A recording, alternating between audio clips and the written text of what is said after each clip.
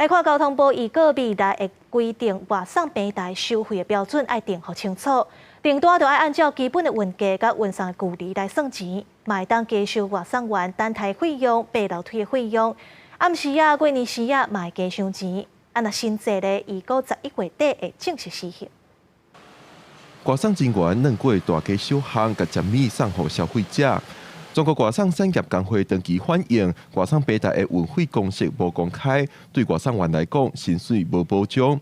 最近交通部预告要修正汽车运输业管理规则，明定运费计算公式。那如果顺利的话，可以在11月底完成法规的修正实施，之后是让整个运价的订定有一个规定的程序可以来这个进行。后续各县市相关这个的费率的话，都还需要作业时间啦，也必须要有县市他们相关的公共会来这个发动。也乐见政府愿意出手管理吧。那政府看是不是有个机制，说去在一个合理的范围内是一个合理价格。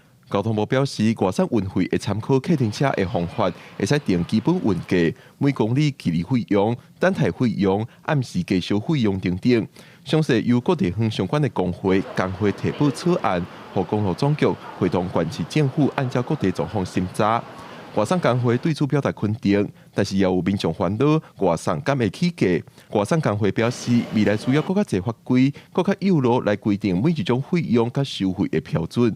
想要叫外送的那个就比较低，10块20块，我觉得还可以接受。平台遵守了这样子的草案，他提升了司机的薪资，但他转头他又想要把他的成本排出去给其他人，他同时增加了店家的抽成。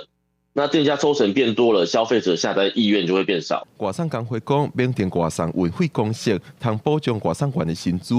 针对外界烦恼，可能会因为外送平台成本增加，牵连店头抽成，民众付的平台服务费拢起价。